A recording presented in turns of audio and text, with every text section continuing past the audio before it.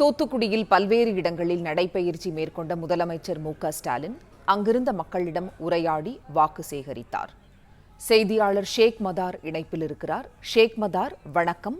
நடைபயிற்சியின் போது முதலமைச்சர் மு.க.ஸ்டாலின் அங்குள்ள மக்களிடம் உரையாடி வாக்கு சேகரித்தார்.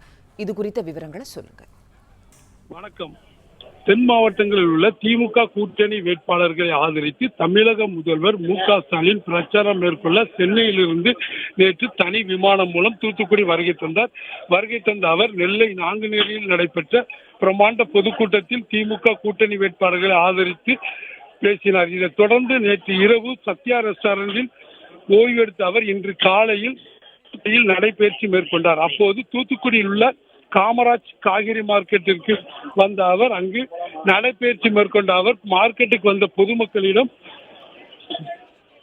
தூத்துக்குடி திமுக வேட்பாளர் கனிமொழி கருணாநிதிக்கு வாக்கு சேகரித்தார்.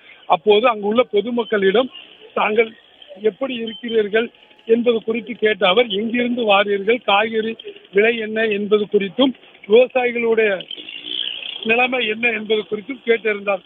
அப்போது ஒரு மூதாட்டி கண்ணீர் மல்க முதல்வரிடம் தங்களுடைய கோரிக்கையை அவரிடம் பொறுமையாக தங்கள் கோரிக்கையை கேட்டறிந்தார்.